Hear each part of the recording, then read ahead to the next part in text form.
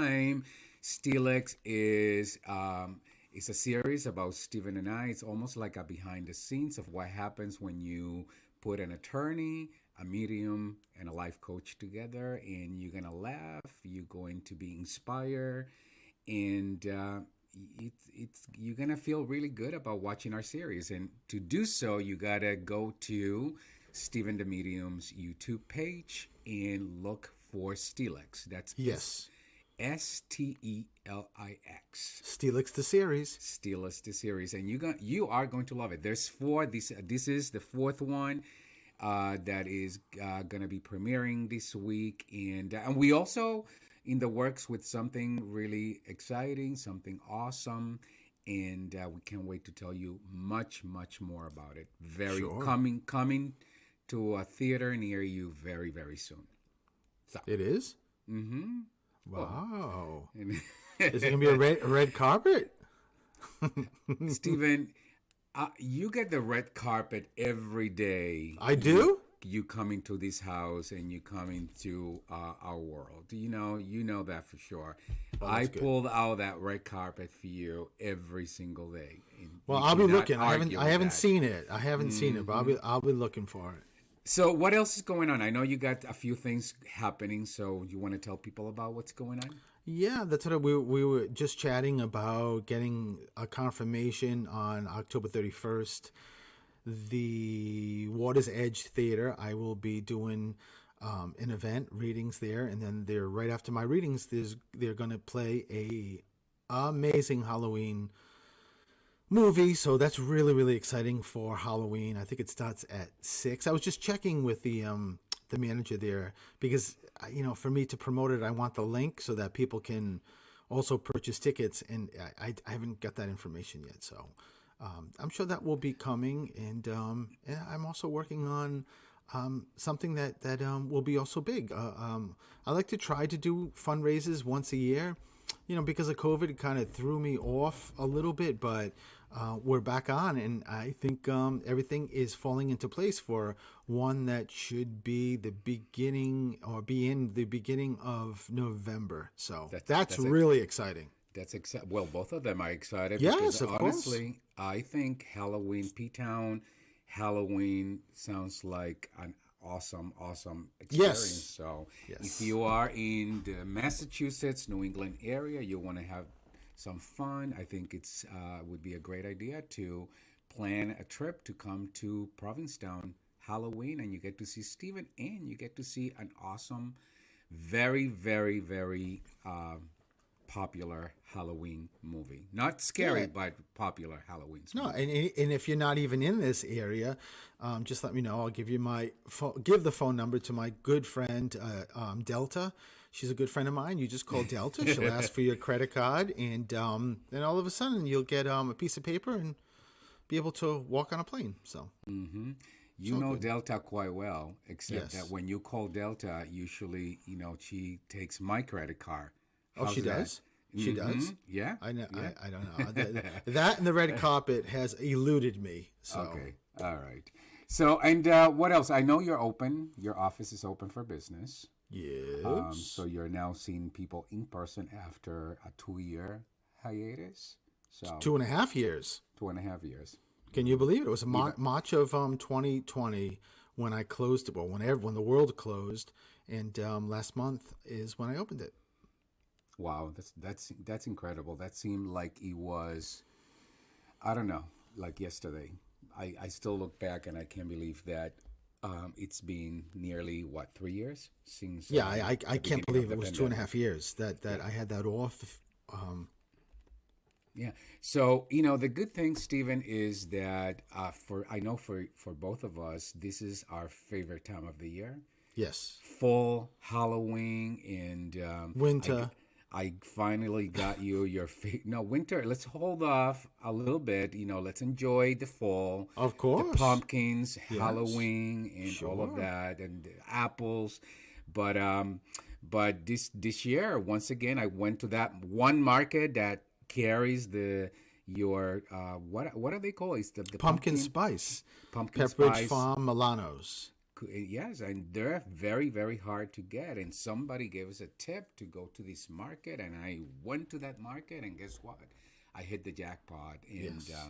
so officially, I think for us, I mean, I love pumpkin everything. I got the Cheerios Pumpkin Limited, um, edition. I got the Milanos, the pumpkin spice Milanos, and I think for us, the season is tis the season of fall. I'm loving it, Stephen. I can't tell you how much I'm loving it. So Well, you know what? That's the greatest thing about being here in New England and us on Cape Cod. This morning, the temperature was 48 here. That is really fallish. And it's just, it's such a, it's when you grow up here, like I have in Rhode Island or New England, it's one of the, it's just, it's a feeling you can't explain when the end of the summer comes and that first day of that just coolness. It's just it's a great feeling. I I I personally love it. And you know what I'm also loving? The What? fact that I'm going to Florida for a business trip mid October, and being the amazing husband that I am and the amazing human that I am, I said, why don't you join me the weekend after I'm done with my business meeting, and so we're gonna go to Animal Kingdom. We're gonna actually stay at the Animal Kingdom I'm resort I'm in so in excited. Disney. Yeah, and I think I did it mainly because I know that you're gonna love. I mean, I picked one of those rooms that it's called the Savannah Room, where you get to see the animals from your room, and I think that in and of itself is like has to be an experience of a lifetime. And the other thing that we're doing while we're there, I'm gonna get to see my sister, and you're gonna get to see like your cousin's sister also, and we're Yeah, gonna go to Mickey's Not So Scary Halloween, which you've that's been so exciting. talking about wanting to go for a long, long time.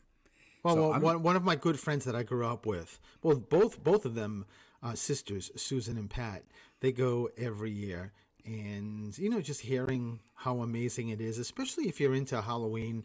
So I'm really excited. That's going to be a lot of fun to get to go back to um, Disney and do that not so scary Halloween, Mickey's Not So Scary Halloween. I'm very excited. And talking about Pat and Susan, let me explain to everyone that one of them Oh dear sent God. me a private message asking what I like for from Disney, because she sent Steven a message, and Steven's response to what I like, he says, Elex really likes it when people buy me presents, meaning buy him presents. And she's like, I can't believe that he actually said that. So I want to check with you. So this is, I'm not making this up, people. This is actually the true. Can you imagine? Yeah, Elix likes it when you buy me presents. Oh God, Stephen, that's Oh, you make me people laugh. listening, have to be saying, "There's no way he said that." Oh yeah, way, he actually said that. So, anyways, that's Oh Lord. so. Well, she wasn't supposed to tell you. She Well, was she just did. supposed to follow my instructions. That's Well, it. she But she she told me. She told me. But anyway, so listen, today we have an amazing show. This is one of my favorite people in the world. A few weeks ago, you hit the Golden Buzzard for one of my guests that you felt was one of the best guests we've ever had. And my next guest is, she's been with us 3 times, and she got the Golden Buzzard a long ago, because she really is one of the favorite people, my favorite people in the whole world. And we're going to be talking about self coaching strategies and how your unique life is leading you to a limitless life. I mean, think about that, Stephen. How your unique life it's leading you to a limitless life. Who wouldn't want that? I I even love hearing it.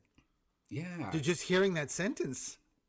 Yeah. Yeah. So Donna Carlin, who is Canadian, she's calling from Canada. She actually celebrates 40 years of coaching this year. This and that in and of itself is an amazing accomplishment. Her career began by coaching long-term patients and families of terminally ill children with cancer. So that alone is, it demonstrates a lot of commitment, a lot of passion, a lot of love for what you do. And over time, a new methodology emerged, and she calls that shadow coaching. And we talked about shadow coaching in one of our previous shows. So, this would be a good opportunity for you guys to look up my podcast, which we turn our live shows into podcasts, and search for the previous conversation with Donna Carlin. And Donna is a coaching psychologist, organizational psychologist, where she works with human and organizational systems. Her play works includes working with multiple fellowship programs. So she's amazing. And I think what we're gonna do, Stephen, is we're gonna take a break, and when we come back, we are going to start this amazing conversation with Donna Carlin, and she is going to share the premise behind self coaching. And we're going to talk to Donna um, when we come back to help you live a life without limits. So we'll be right back.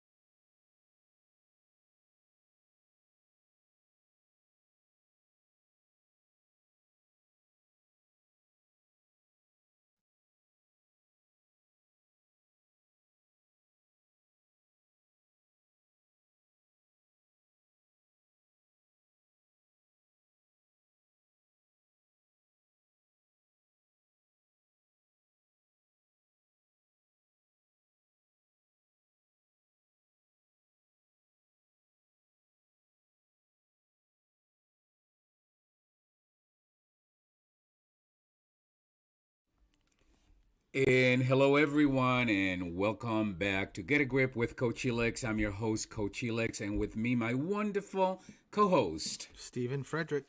Stephen the Medium, is here. So you got Steelix for the next hour. And today we're talking about self coaching strategies Your unique life is leading to a limitless life. My guest, Donna Carlin, who happens to be also one of my very best friends and somebody I admire greatly, has said that life is increasingly complex, but it doesn't mean it has to be overly complicated. So, through our time together today, Donna will share self coaching strategies with us. She has spent nearly 4 decades helping people become the most remarkable version of themselves. And I can attest to that because she has absolutely helped me be that for myself. And she's here to share her tips with us. Hello, Donna. Welcome back. And thank you for joining us once more. Hi, Elix and Stephen. It's so good to be here. As always, you guys rock. Listen, you rock. I said to Steven, so a few weeks ago, he made up this thing. We had a guest, and he said, I'm gonna give you my golden buzzer. Like that show, America's Most Talented, or something like that. Most Most Talented, talented. whatever. Right, right. Yeah. And I said to Steven, well, I have given Donna the golden buzzer a long time ago. So you are my golden buzzer, and you've always been that, and you will continue to be that for me and for everyone who's listening. But Donna, you are a pioneer in the world of coaching, and you believe that it is possible to self coach. So, talk to me about what exactly is that, and how exactly does one do that? It's really funny. I was asked to speak to a group of international learners, not students, but people in their careers who go back for executive learning at McGill University. And they said to me, in this day of COVID, where a lot of people are working from home, how do they work with a coach? And I also realized that it's really difficult to have a coach with you. It's next to impossible, obviously, 24/7. So you learn from working with a coach, and you apply some of what you learned to yourself. What if you could be self-coaching? That doesn't mean that you're going to replace your coach, because your coach is going to introduce things that you're not seeing at all. This is a way to keep you reflecting on options. So I started thinking about some of the questions that we could ask ourselves in order to pause, like press the pause button, and look at multiple options and actually investigate what we don't know. And it became really powerful conversation. So I started doing more of that with my clients. If you were to ask yourself a question, what is the question you need to ask yourself right now? And I do that with myself at the same time. That's where it starts. Rather than what answer do I have to come up with, what is the question I need to ask myself right now? Donna, what if somebody says, but I don't know what that might be? Do you have some questions that we should or could be asking ourselves to sort of get to that place? Oh, many. I have many. It's it depends on the circumstance, right? If somebody is offering help, and the first thing that comes out of our mouths is "Thank you, I'm okay," or "Thank you, I don't need your help right now, but I'll let you know if I do," which is a standard response for a lot of people who have a very difficult time accepting help. And the question that I always ask is, am I a person that others want to help? Am I listening with gratitude, with graciousness, openness to hear what I don't know? So, there's many questions, from what is my intention in every role of my life? That's a question I ask myself every morning, right after I wake up, as I'm having my coffee, because I need coffee to think. And I'm going, okay, what is the intention in every role of my life? Because I know what my day will be like, and I don't know what my day will be like. So as a wife, as a mother, as a sister, as a daughter, as a coach psych, what is my intention And that keeps me open to whatever is going to unfold. Having that conversation with ourselves is a great place to start. Now, let me ask you, Donna, because I know you've talked about what you call reality check questions that we should be living by. Is that what you mean, or are those a separate set of questions that we should be asking ourselves? I think it's a yes and. It depends on the circumstance and the situation. If we're about to lose it and get really angry and scream at somebody, the question is that the response I want back? To really reflect on what is my ask before I ask something. What is it that I want to achieve? What is the bottom line here? Having, the pause, pressing the pause button to ask ourselves questions that help us reflect on what do we really want here? Or what are we really contributing here? Is our focus going to be on pulling somebody else down because we don't like them, we don't like their tone, we don't like their approach? Or to ask through curiosity, help me understand what it is that you're saying, just opens it up for a conversation. The question in between is, what do I want to achieve the minute I open my mouth? These are some of the reflective questions that I would be asking my clients. We spoke earlier in another show about, a term that I use, which is a mink hole, a fur-lined rat hole that you dig yourself in when you're going to say something that is going to come back to haunt you. These are ways for us to steer ourselves in a direction that is not a gut instinct. However, it allows us to address things in the moment in a very productive way, not a confrontational way. The other thing is 4 questions that I realize are really critical questions to ask. And I just went through this with a client of mine the other day. He's using this constantly. So, to say to yourself, what am I listening for? And then what am I looking for? Because you're going to look for trouble, you're going to look for a possibility. I mean, what are you looking for? That's what you're going to find. What are you learning from all this about yourself, about the situation, about another person, about what's possible? And what are you going to do with it all? Those 4 questions are going to steer you in a direction that you need to go in. You could expand on that with your coach, absolutely. But could you imagine if you're in the middle of something, and I'll go back to that in a second, and you just stop and ask yourself, what am I actually listening for?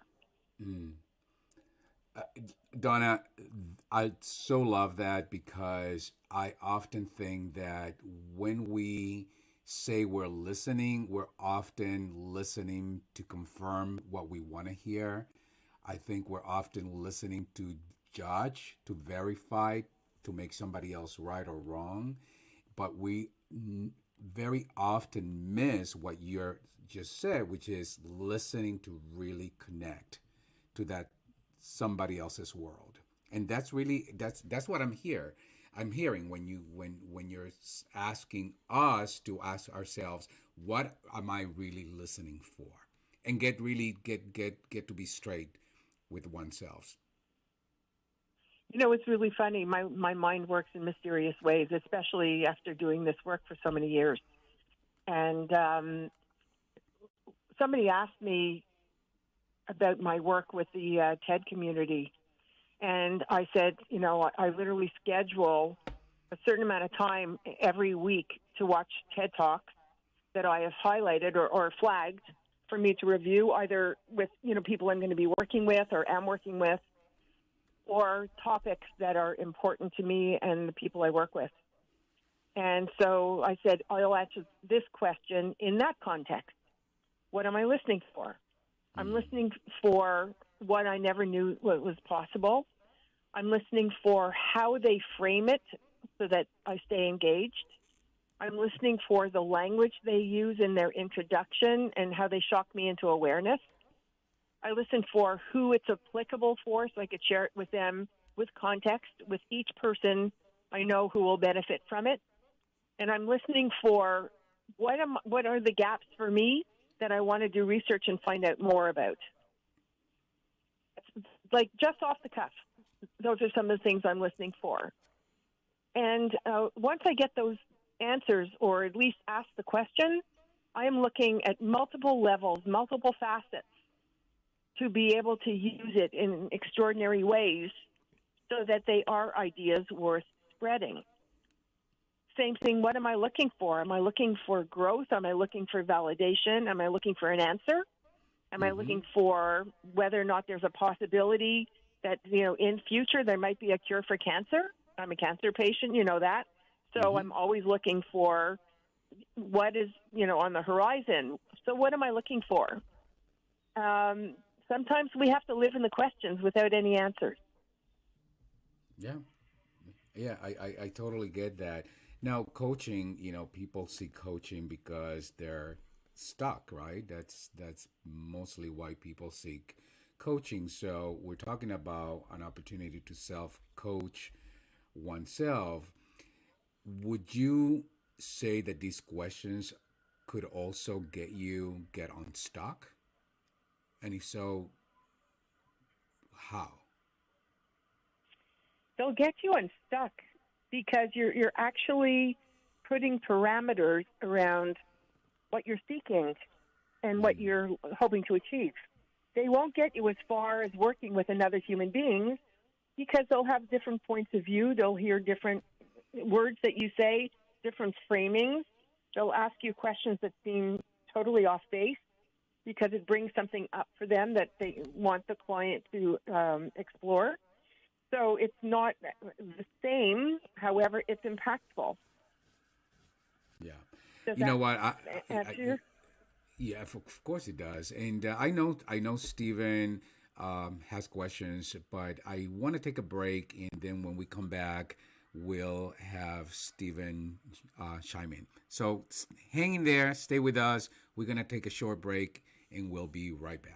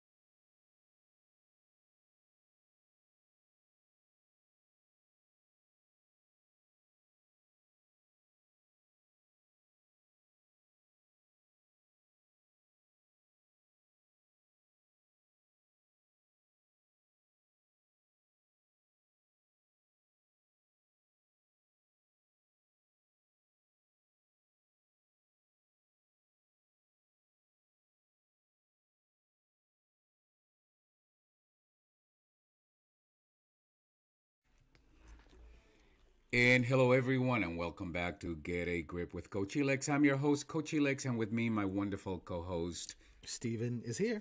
Stephen the Medium. So you got Steelix for the remaining of the hour. And we have an amazing guest, my friend Donna Carlin who is really talking to us about how to self coach. She's providing us with self coaching strategies and an opportunity to lead a life that's limitless. Welcome back, Donna.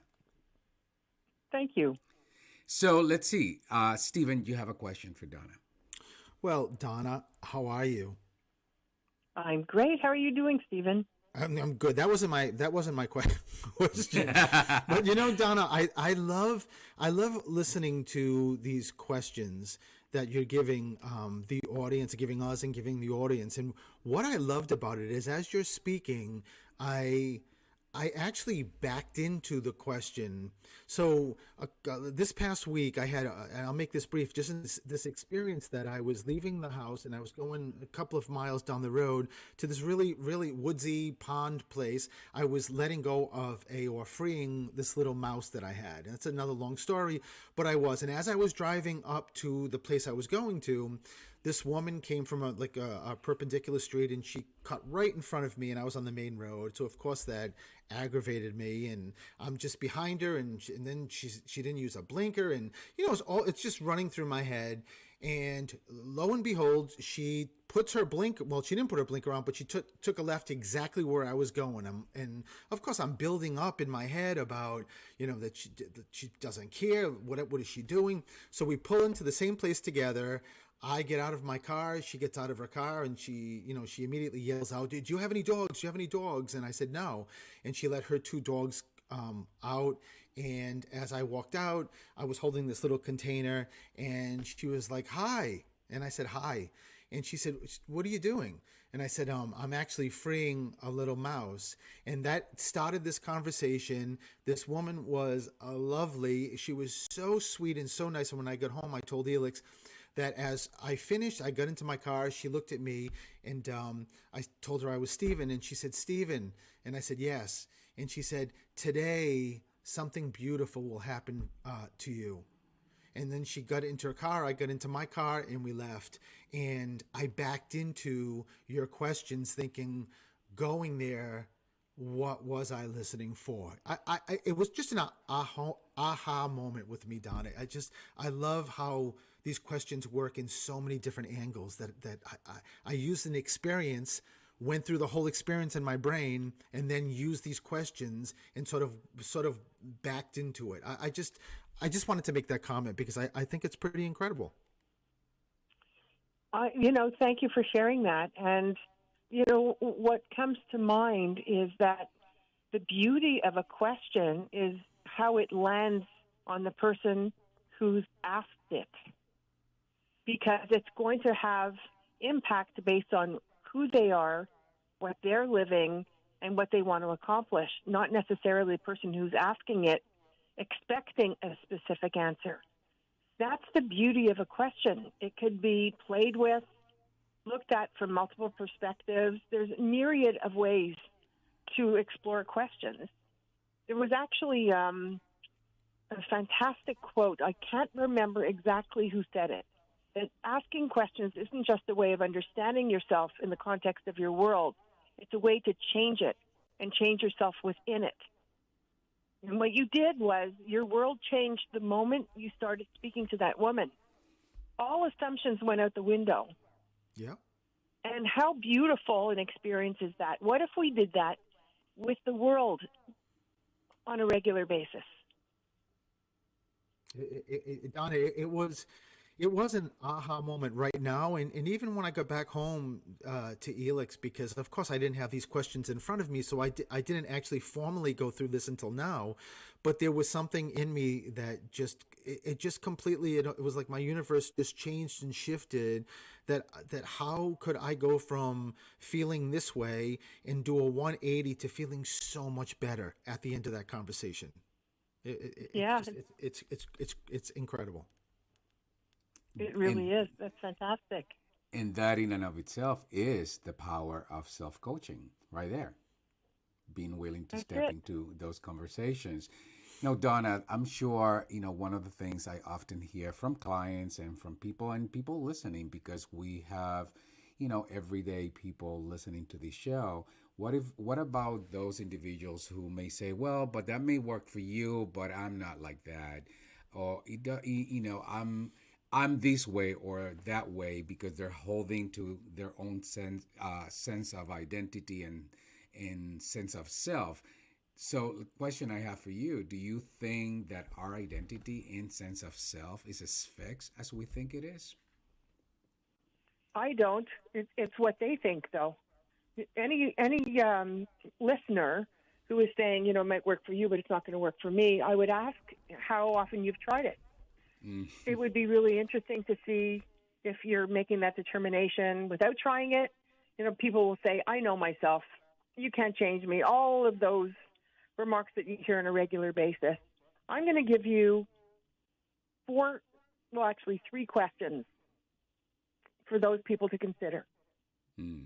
The first one is asking yourself, how do I want to be seen? Because that is a great question to ask yourself before an interaction, when you're walking into a room, when you're about to go to work, whatever context. How do you want to be seen? The second question is, whose story am I living? Who is defining me? That's sort of like one question. And the third is, who's in my head?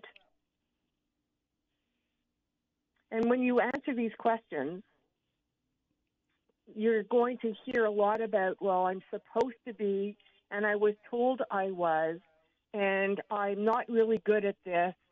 And what they're doing is creating a picture that is not necessarily written in stone. Mm-hmm. So we go back to, how do I want to be seen? And if I want to be seen as a powerful individual that's contributing to the world, then what are the questions I need to ask myself? So everything I do and every place I go and every conversation I have aligns with that. Yeah.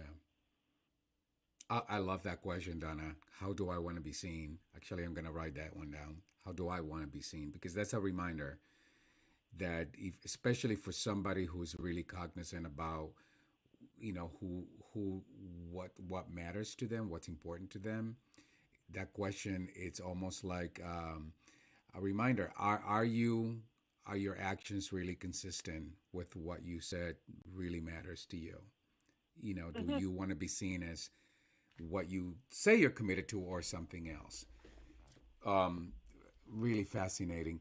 The other thing, Donna, again, as I'm listening to you, I know that a lot of the narratives, a lot of those stories, a lot of that chatter that happens in the back of our heads comes from fear, right? Because fear, it's really that one thing that gets in everyone's um, way. What would you say? What advice do you have for helping people move past those fears? Fear is a barometer. So fear is something to pay attention to and to really investigate, but not let it dictate what you do, what your actions are. I might have shared this with you, but I think it would be worthwhile sharing again. I did a lab with a military leader, a new military leader who was new in her role, and she was really concerned that she wasn't up to the challenge. Mm-hmm. And her staff reached out, and I met with the small team of 6, and I did like a mini lab with her. And what I did was I invited her to sit down. She didn't know what I was doing, but she trusted me enough to help her get past this fear that was stopping her from making decisions that she needed to make. And so I had her team face her in a semicircle. I asked them just to be witnesses and to be supportive. So their body language should be present, eye contact, to really be there for her without speaking. And I said to her, what's going on? And she explained that, she's new in this role and she knows she has to make split-second decisions that implicate people's lives. She's afraid she's not strong enough, fast enough, that she's not, savvy enough to make some of these decisions. And I said to her, okay, welcome into my apothecary's shop. And she said to me, you're what? I said, old-fashioned term for pharmacy. So you're going to walk in and you're going to see all these jars like on shelves around the little room, and they each have a label on them. So I'm going to ask you to find a jar with something that you want to get rid of. And her response was fear. So I said, okay, go find the jar that says fear and put it on the counter. Now, of course, there's no jars in there and there's no room. So, but she played along. She imagined that there was a jar. She went to reach for it, put it down on the imaginary counter, went back to sit down. I said to her, wonderful. Now I want you to go take the lid off the jar and shake out all your fear, stick it in the jar and close it. So she looks at me like I'm nuts, but that's fine. That's not the first time. And she does exactly that. She pretends that she's pushing all her bodily fears into that jar and slamming the lid and goes to sit down. And we watch her, and her body language all of a sudden changed. She went from folded in on herself, her body language of like her arms crossed, legs crossed, to sitting with her arms on the chair, arms more relaxed. I said to her, what do you want to replace it with? And she said, confidence. So I said to her, okay, go find the jar that says confidence and put it on the counter. So she does the same thing, looks around, takes an imaginary jar, puts it on the counter. And I said, I want you to answer one question. So she said, what is that question? I said, you want to lose all your fear and replace it with confidence? She said, yeah. I said, let me just clarify so I'm sure I have it right. You want to replace all your fear with confidence. And she looks at me and says, is that a trick question? I said, no, I want to make sure that we got it right before we continue. She says, I want to replace it with confidence, like with a very determined voice. I said, fine. Take the top off the jar, shake it all over you, and then go sit down. So she does that, and she sits down, and she starts grinning. I said, what are you grinning about? She says, strange as it sounds, I feel more confident. So I said, let's clarify here. So if you're cold and you're at a bonfire, you're going to put your hand right into the flame because you have absolutely no fear of getting burned. And she stopped and she looked at me. I said, and if you're walking down the street and there's a gang of thugs behind you with knives or guns or some kind of weapon, you won't know to run to safety because you have no fear. And she went, oh, my God. I said, yeah, what is it telling you? She said, I have to pay attention to my fear, but not let it dictate what it is that I do. Fear is a barometer. It's something I need to pay attention to and address, but not let it take over me. Bingo. It took 5 minutes to do that whole exercise. She gathered her team together, went into the conference room, and came up with a strategy for them to move forward. Wow. It was incredible because fear, false expectations appearing real, that's the acronym that we use.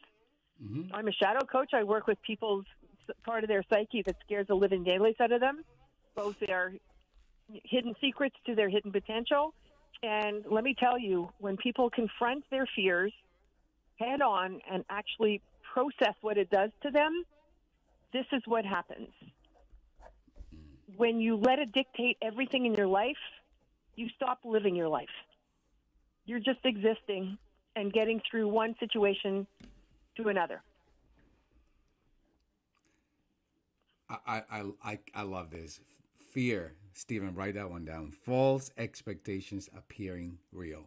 That's really, I never heard of that before for as long as I've known you. First time hearing it, perhaps really hearing it. Really amazing, Donna. Donna, we need to take a break, but hang there so that we could have the last segment with you and learn a little bit more about self-coaching. So we will be right back.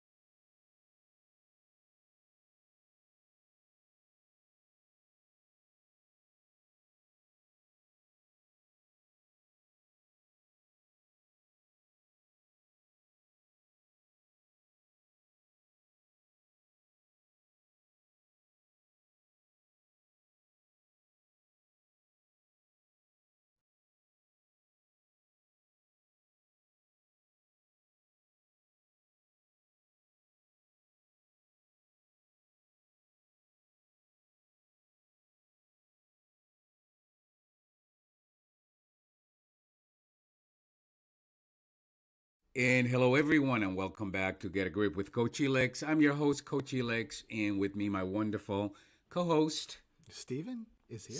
Stephen the Medium, is in the house, and we have our wonderful guest, Donna Carlin, who is sharing with us self coaching strategies. Your unique life is leading you to a limitless life. Donna, and thank you for being with us, and thank you for your time, for your insight, and for giving us your time and attention so generously. Now, Donna, we've talked about fear, and I would argue a lot of people listen to this and they'll say, "Yeah, I know. Yeah, I know." But how or why is it that as humans we resist change even when we know better? Because what we know is more comfortable. Oh, Change okay. is uncomfortable. And we don't know what the outcome is. Even if life is horrible, you know what it's like. For some people who want to get out of a rut or whatever else that's haunting them or that they're miserable about in their lives, if they try something and it fails, then what? Then they have even less hope that something could be better. So yeah, a lot of people will have a hard time with this. The question is in small little increments. What one thing could you change that's not huge, but will create a shift or start creating a shift? And that's how to go about it. You're not going to jump into the deep end of everything in your life. Some people will do that with, no qualms whatsoever. Um, most people won't. What is the one thing you could do differently? One thing you could adopt rather than choosing X. How do you do Y instead? Some people who want to get into better shape or healthier or whatever, to feel better, automatically they will have dinner, sit down, watch TV, and that's it for the rest of the evening. Then the next day they wake up and they beat themselves up because they didn't do anything to be better. What one small little thing could you do? I could go for a short walk after dinner and do it with somebody that you will enjoy doing it with, or do it by yourself with your pet, whatever else. But there's one small thing that you could do, and that's change. Change doesn't have to be dramatic. Wow, really wonderful, Donna. We're getting to the top of the hour, so I want to close with: are there any specific words or tools, aside from everything, of course, that you've already shared, that one can use to learn and enhance our self coaching habit? I guess there's two things. One is a quote that I read a long time ago. Warren Berger said, questioning is the ability to organize our thinking around what we don't know. And I really like that because questioning allows us to get our thoughts in order. So consider that more so than create dramatic change or, to flip and do something else. Ask yourself how questioning could help you steer your thoughts like a ship in a direction or a course that you want to take. And the second thing is a question that I ask myself and my clients on a regular basis. I'm going to ask you to take it away and use it as often as is applicable. And before you dive into anything, any conversation, any choice, any decision, whatever, ask yourself, is what I'm doing right now something my future self will thank me for? If the answer is yes, do it. If the answer is no, look for an alternative. Wow, I actually love that. I'm gonna take on that practice as well. Stephen, any departing thoughts that you have for Donna? I love that also. I love that question because it's applicable to, I think, anything and everything. And, Donna, on the break, I said to Elix, then you've been on the show a couple of times, that, I just as a medium, I automatically just tune into people's energy. And today's different than any other time. Your energy is always amazing. But on break, I said to Elix, Donna's in a realm, in a place that is just so extraordinary right now, and I just kept this is not, it's not a medium show, but I just wanted to share with you that I just keep hearing that there's a father. Yeah, I can't tell if this is a dad or a grandfather, but standing next to you and just keep saying how proud, how proud. But it just, I mean, I know you're wonderful, you're fantastic. Something is different. Something is just, I can feel it with you. Something great. And, again, I don't know if it's a dad energy. So dad or grandfather, could even be a father-in-law, even though it feels like, is your dad here or passed? No, my dad passed years ago. My grandfather even longer, but they were both incredibly instrumental in me being who I am. There's no I love question. that. I love that. And just on a side note, I thought it was your dad, but on a side note, he just keeps showing me medals. I don't know what this is, but says Donna knows. So I don't know if this is like military medals or there's a medal or there's something that looks like, if, to me it looks military, but it could be like some other kind of medal that someone has or holds on to. So I think I know it's just a way, Donna, that your loved ones in spirit are just giving you such a hug, a kiss, a thumbs up, and just, again, as you mentioned, just so proud of you. Well, I hope that's true because I have, like, family is incredibly important, those that are here and those who have passed. And they still are very influential in my life. That's how I taught the love of family and relationship from my family. So medals, I have no idea what that's from because my dad had to be honorably discharged because he was sick with ulcers, like bleeding ulcers. But I don't know. Thank you for that. I appreciate it, and it's a good feeling to think That's that. great, Donna. Thank you for letting me do that. Pleasure, And my that, pleasure. yeah, I listen, Stephen, very seldom would come to me and say, this is how I'm feeling about, one of your guests. And I thought, you know what, this is an opportunity to just tell Donna whatever's there, just, share that with her. That's our gift to you, for the gift that you give us in return, Donna, for being here. So just to close the show, Donna, how can people get a hold of you? How can people follow you? How can people learn more about what it is that you do? I post the most, that rhymes, that's ridiculous, on LinkedIn. So if you look up Donna Carlin with a K, you'll find me there, and you could always reach me there. I have a Facebook page and a Twitter feed, although I'm not on Twitter as much, and Instagram under the Shadow Coach, or you could get me under my name. And that's the best way to reach me and interact with me. And I highly recommend any of you follow Donna because there's plenty of work that Donna does that can inspire you today and every single day, just like you've done for us today, Donna, and you do every time that you come into the show. So again, thank you again for sharing your time, your attention so generously with Stephen and I. We thank you, and I know this is an open invite, so I know you'll be back sooner than later. Well, thanks for asking because I really appreciate it. I'm honored that you asked me and to come back, no less. So anytime, you just holler and you know where to find me. Yes, and I holler really hard because you gotta reach, you gotta hear me from all the way from Canada. So thank you again, Donna, and we'll be seeing you very soon. Thank you. Take care. Okay, Stephen, how was that? That was amazing. She's Yes, amazing. yes, Yeah. yes. What and again, every time I talk to Donna, I feel that I walk away with something. Something that is tangible. How do I want to be seen? That question, how do I want to be seen? And then fear, that acronym, false expectations appearing real. I never really considered that. Never thought about that. But that's a real thing. It's a real Yeah, thing, and it's yeah, actually, these are easy things that can get you back on track when we make those left turns, yeah. which we all do as human beings. So tell people, where can they find you? Where can they see you? Where Stephen can the they Medium. That's where you can find me. Stephen the Medium, and look out because this week we're gonna do a live, and we are going to um, premiere our fourth episode of Steelix. So be on the lookout for that. And for me, you can always find me at Coach Helix anywhere uh, on social media.